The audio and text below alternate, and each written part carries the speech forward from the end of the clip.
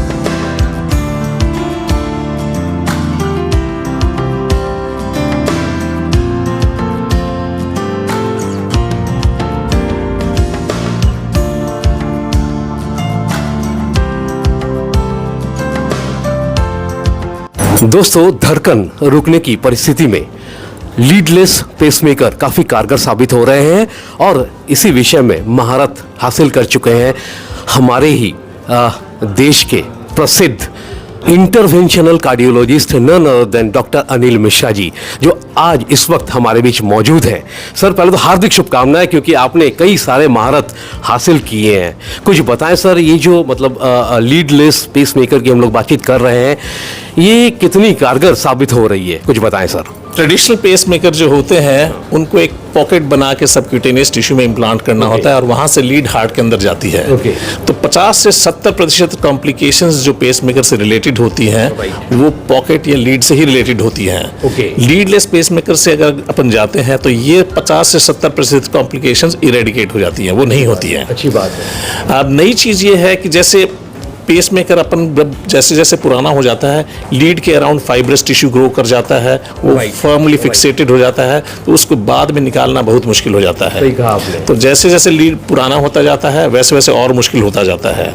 उसके लिए specialised equipment चाहिए होते हैं, रिस्क बढ़ जाता है, हाई स्किल चाहिए और सीरियस रिस्क कॉम्प्लिकेशंस जिसमें कि सडन कोलैप्स का भी रिस्क रहता है। तो इसलिए ज़्यादातर उन लीडों को वहीं पे छोड़ दिया जाता है सील करके और नई लीड वापस लगाई जाती है अगर वेन पेटेंट हो, क्योंकि वेन भी ऑक्लूडेड हो सकती है लीड की वजह से। तो वेन अगर ऑक्लूडेड तो वो ऑप्शन भी नहीं रहता है अपना।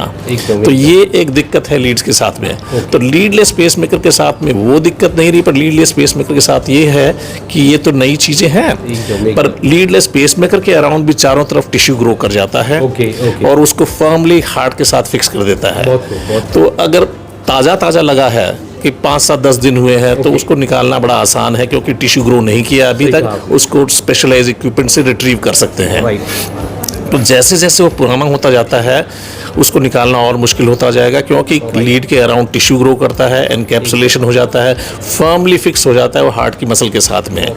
तो अभी तक जो केसेस आए हैं पूरे साउथ ईस्ट एशिया में 2 साल पुराने, जापान में 4 साल पुराने केस का भी एक वर्णन है जिसको 4 साल पुराने लीडलेस पेसमेकर को निकाला गया है। पर साउथ ईस्ट एशिया में सबसे ओल्डेस्ट जो 7 साल 8 महीने पुराना लीडलेस पेसमेकर को हमने बीएम बिरला में अभी 2-4 दिन पहले सक्सेसफुली एक्सप्लांट किया है और उसकी जगह नया लीडलेस पेसमेकर लगाया है। ये मेडिकल कम्युनिटी के लिए बड़ी इंपॉर्टेंट चीज़ है, क्योंकि अभी तक लोगों को डाउट था कि जैसे जैसे लीडलेस पेसमेकर पुराने होते जाएंगे इनको निकालेंगे कैसे। ऑप्शन में रहता है या तो एक दूसरा लीडलेस पेसमेकर उसके बगल में लगा दें, पर 2 डिवाइस अगर हार्ट के अंदर हो उनका क्या इंटरेक्शन होगा, इसके बारे में डेटा बहुत लिमिटेड है, क्योंकि बहुत कम केसेस ऐसे हुए हैं। तो मैकेनिकल इंटरेक्शन होके हो सकता है नए लीडलेस को वो डिसलॉज कर दे, इलेक्ट्रिकल इंटरफेरेंस भी हो सकता है। तो ये सब प्रश्न थे लोगों के दिमाग में, इसलिए लोग थोड़ा चिंतित थे कि लगा तो दिया पर बाद में क्या होगा।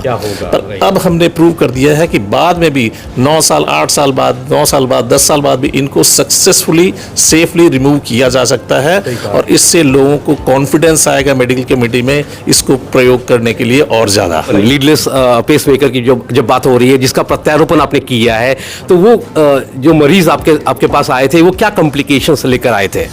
इस मरीज को 7 साल 8 महीने पहले एक लीडलेस पेसमेकर लगा था। क्यों? क्योंकि उसके पुराना जो पेसमेकर पहले लगाया गया था 6-8 महीने पहले, उसमें बार बार इन्फेक्शन हो रहा था, किसी तरह से वो इरेडिकेट नहीं कर पा रहे थे। तो अल्टीमेटली उस पेसमेकर को निकाल के फेंक देना पड़ा और एक लीडलेस पेसमेकर लगाया जिसमें इन्फेक्शन का रिस्क बहुत ही कम है। तो वो सक्सेसफुली चला, पर 7 साल हो गए, उसकी बैटरी खत्म हो गई, तो इसलिए उसको निकालने की जरूरत पड़ी। तो पूरे विश्व में डेटा है कुछ एक साल पुराने को, पर अगर देखें तो ये विश्व का द्वितीय सबसे पुराना पेसमेकर है जो निकाला गया है सक्सेसफुली। इससे पहले एक ही पेसमेकर जो इससे पुराना है जो उसको एक्सप्लांट किया गया है, पर साउथ ईस्ट एशिया में पहला सबसे पुराना पेसमेकर है जिसको आराम से निकाला गया है। केसेस और भी हैं पर वो 2 साल 4 साल के हैं। इंडिया में तो डेफिनेटली 2-3 केसेस जो है 5-7 दिन अंदर निकाले गए वही हैं, पुराने पेसमेकर नहीं निकाले गए।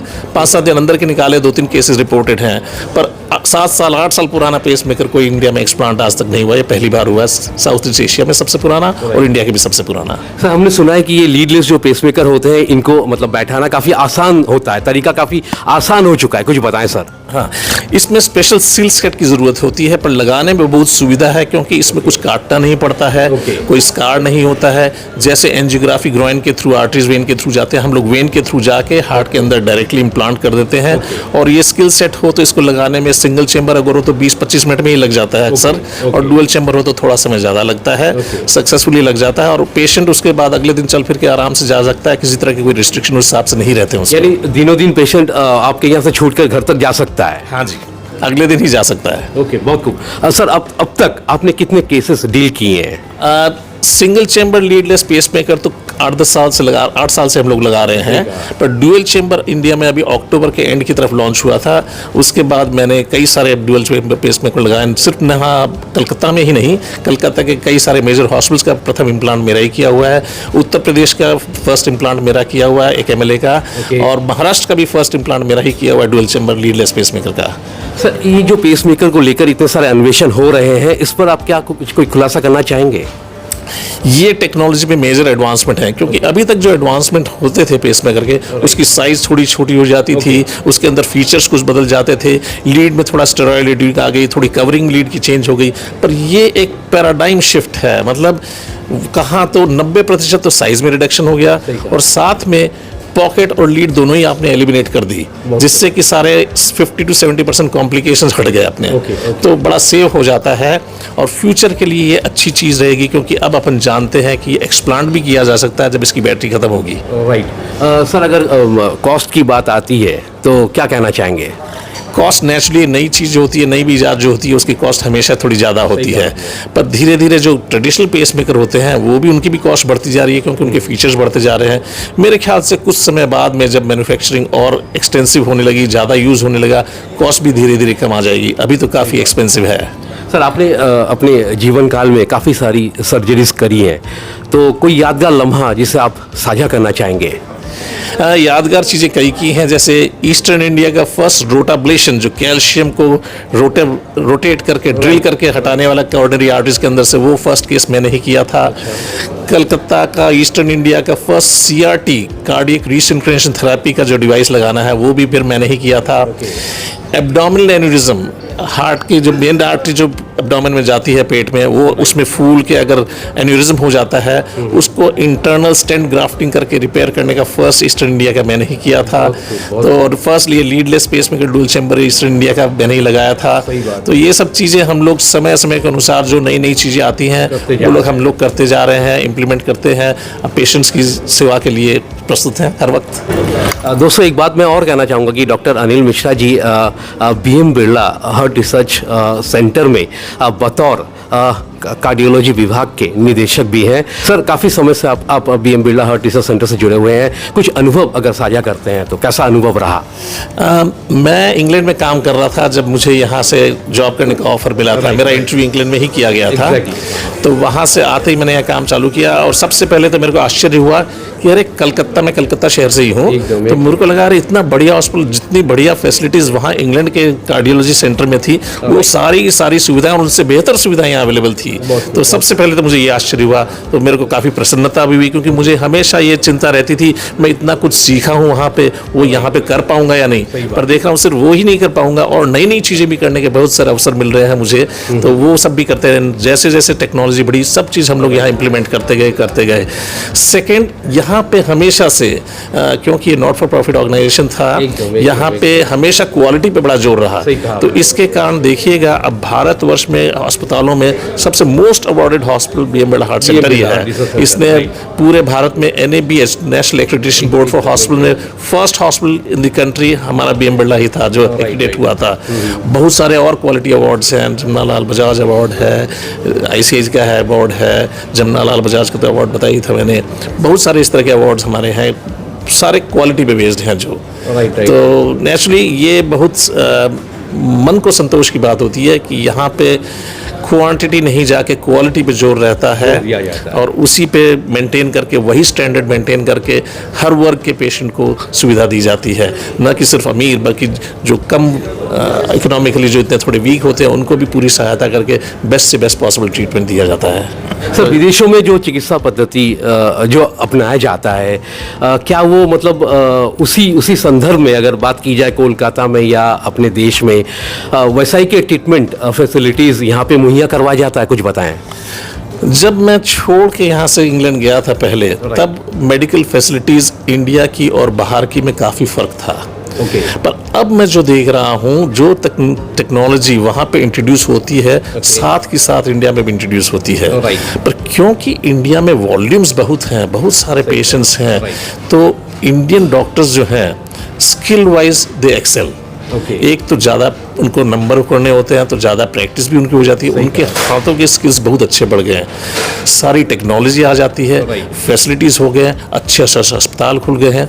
तो मेडिकल में अब देख रहा हूँ हम लोग विदेश में किसी अस्पताल से पीछे नहीं रहे अब। हाँ, उनके बराबर चलते हैं और कई चीज़ें हम लोग अमेरिका से पहले करते हैं, क्योंकि वहाँ FDA के बहुत सारे रेगुलेशन है, उससे अप्रूवल पाने में उनको 4 साल 5 साल लग जाते हैं। तब तक हम लोग उस टेक्नोलॉजी को यूज़ करके 2 साल पुराना कर चुके होते हैं। बहुत खूब। सर, इस वक्त जितने भी दर्शक हमारे चैनल के माध्यम से आपको देख रहे हैं या सुन रहे हैं, वे अगर आप तक पहुँचना चाहते हैं तो कैसे आप तक पहुँच पाएंगे?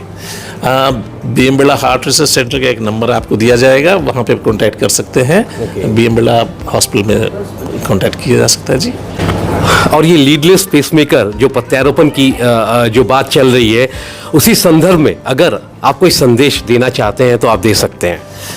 ये नई तकनीक है, बड़ी सेफ टेक्निक है। अब ये भी प्रूफ हो गया है कि जब ये कई साल पुरानी हो जाएगी, बैटरी जब एग्जॉस्ट हो जाएगी, इसको सेफली हटाया जा सकता है और उसकी जगह नया डिवाइस लगाया जा सकता है। इसके कई सारे फ़ायदे हैं। 50 से 70% कॉम्प्लिकेशन जो पेसमेकर से रिलेटेड होते हैं वो सारे एलिमिनेट हो जाते हैं, तो बड़ा सेफ हो जाता है procedure.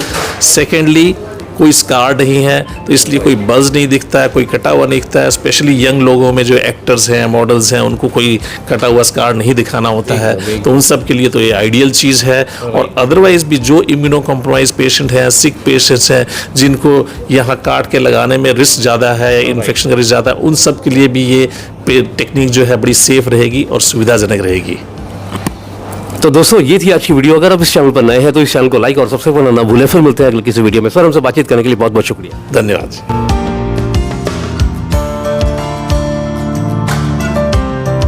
Exclusive jewellery collection DTC London द्वारा best showroom award winner RR Agarwal jewellers, Kolkata Jaipur के बाद अब रौरकेला में भी RR अग्रवाल ज्वेलर्स, रिश्ता भरोसे का। 24/7 তাজা সমাচারের সমস্ত দর্শকদেরকে জানাই a very very very happy new year.